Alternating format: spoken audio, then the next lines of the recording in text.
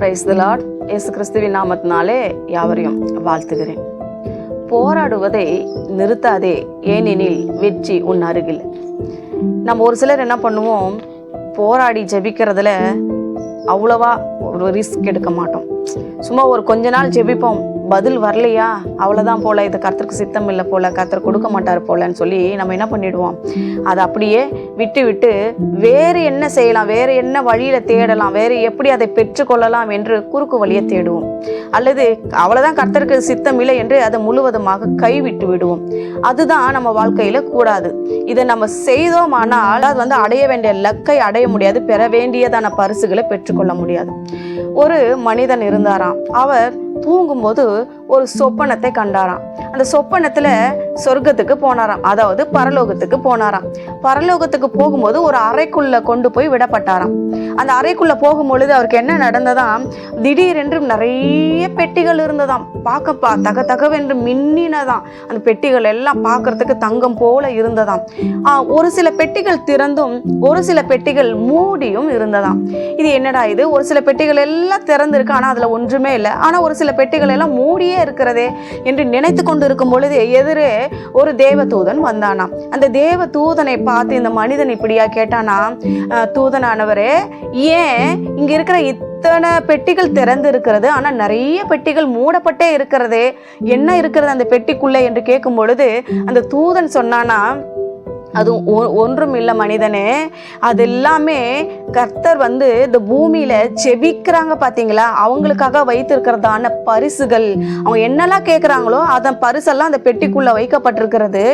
ஒரு சிலர் என்ன பண்றாங்க, ஒரு கொஞ்ச நாள் மாத்திரம் ஜெபம் பண்ணிட்டு பதில் வரல உடனே விட்டுடுறாங்க.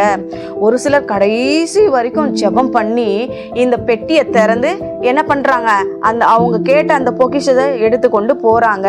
ஒரு சிலர் இந்த பெட்டியை திறக்கிற வரைக்கும் திறக்க முடியலன்னு உடனே என்ன பண்ணிடுறாங்க, அவ்வளவுதான் கர்த்தருக்கு சித்தம் இல்லை போல, அவள்தான் எனக்கு பதில் வரலன்னு சொல்லிட்டு, பதில் வரல அப்படின்னு தெரிஞ்சவொடனே கர்த்தருக்கு சித்தம் இல்லைன்னு விட்டுடுறாங்க.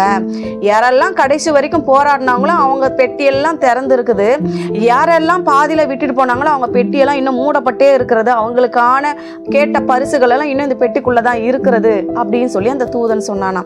இதுல இருந்து நம்ம என்ன கொள்கிறோம்னா, பாருங்க இந்த வசனத்தை பாருங்க.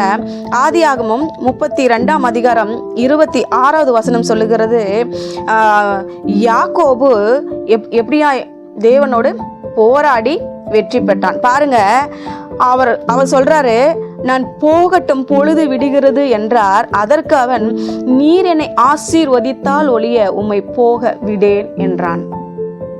விடாப்படியா இருந்து நீர் என்னை ஆசீர்வதித்தாதான் அந்த ஜெபத்தை நிறுத்துவேன், நீர் ஆசீர்வதித்தாதான் இந்த குறிப்புக்காக ஜெபிக்கிறத நான் நிறுத்துவேன், நீர் என்னை ஆசீர்வதிக்கிற வரைக்கும் நான் அதை தொடர்ந்து கேட்டுக்கொண்டே இருப்பேன் என்று நீ தொடர்ந்து ஜெபித்துப்பா, வெற்றி நிச்சயம். உனக்கான பெட்டியும் திறக்கப்படும், நீ கேட்ட பொருளும் எடுத்துக்கொண்டு மகிழ்ச்சியோடு திரும்ப வருவாய்.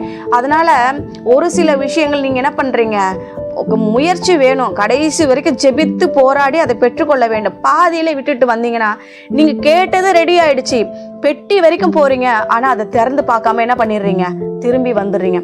இனிமே எதையாவது கேட்டு நீங்க ஜெபித்தா அதை பெற்றுக்கொள்ளுகிற வரைக்கும் ஜெபித்து பாருங்க, நிச்சயமா அந்த பெட்டியை திறந்து உங்களுக்கான பரிசை வீட்டுக்கு கொண்டு வருவீங்க.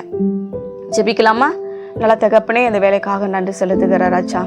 இயேசுவே, எத்தனையோ பேர் ராஜா இன்னைக்கு ஜெபித்து பெற்றுக்கொள்ளுகிறவர்களை விட ஜெபிக்காமல் பாதியில நிறுத்துகிறவர்கள் தான் அதிகம். கேட்டால் கர்த்தர் எனக்கு பதில் தரல, கர்த்தருக்கு இதுல சித்தம் இல்லை, கர்த்தர் எனக்கு இதை கொடுக்கறதுக்கு விருப்பம் இல்லை என்று சொல்லி சாக்கு போக்கு சொல்லி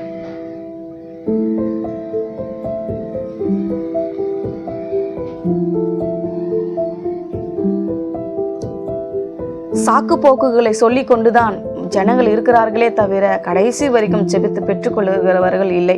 இவர்கள் கடைசி வரைக்கும் இருந்து யாக்கோபை போல போராடி பெற்றுக்கொள்ள உதவி செய்யும். இயேசுவின் நாமத்தில் ஜெபிக்கிறோம் பிதாவே, ஆமென்.